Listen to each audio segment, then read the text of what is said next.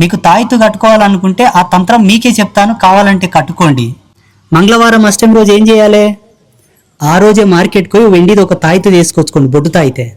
సీదా ఎవరితోనో మాట్లాడకుండా తెల్ల జిల్లేడు చెట్టు కాడు కోరి 2 అగరబత్తులు అంటి, ఇంత పసుపు కుంకుమ బొట్లు పెట్టు, దండం పెట్టుకో, 5 సుట్లు తిరుగు. ఆ చెట్టు తెల్ల జిల్లేడు చెట్టు ఏరు తీసుకొని ఒక బట్టలు చుట్టుకో. ఇంటికి వచ్చి పూజా గదిలో కూర్చొని చక్కగా పాలతో నీళ్లతో పంచామృతాలతో కడగాలి. పసుపు కుంకుమలతో గడుగురి. కడిగి ఆ ఏరు తీసుకొని మైసాక్షి పొగ వేసి ఆ పోగు చూపెట్టురి. ఆ వేరు తీసుకొని 2 కనుబొమ్మల మధ్యలో పెట్టుకొని నీకు ఇష్టమైన దేవుణ్ణి 11 సార్లు స్మరించుకోండి. చదువుకున్న తర్వాత ఫు అని ఊది ఆ తాయితెలో నింపి క్యాప్ పెట్టి కట్టుకోండి. 300 తంత్రాలైనా మీ మీద పనిచేయవు.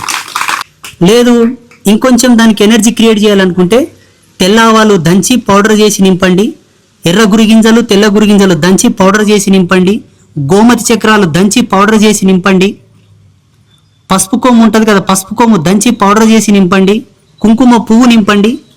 ఇంకా ఎనర్జీ ఉంటుంది. ఆ తాయితుకి ఇంకా పవర్ రావాలంటే ఆ తాయితు తీసుకపోయి ఆంజనేయుని కడప మీద పెట్టి 5 సుట్లు తిరుగు, స్వామికి మొక్కి తీసుకొని కట్టుకో, ఇంకా పవర్ వస్తుంది. ఏ ఇద్దె కాడు వస్తాడు, ఏ మంత్రగాడు వస్తాడు రమ్మని నాతోనికి. ఆ తాయిత కాలు మొక్కిపోవాలి అంతే.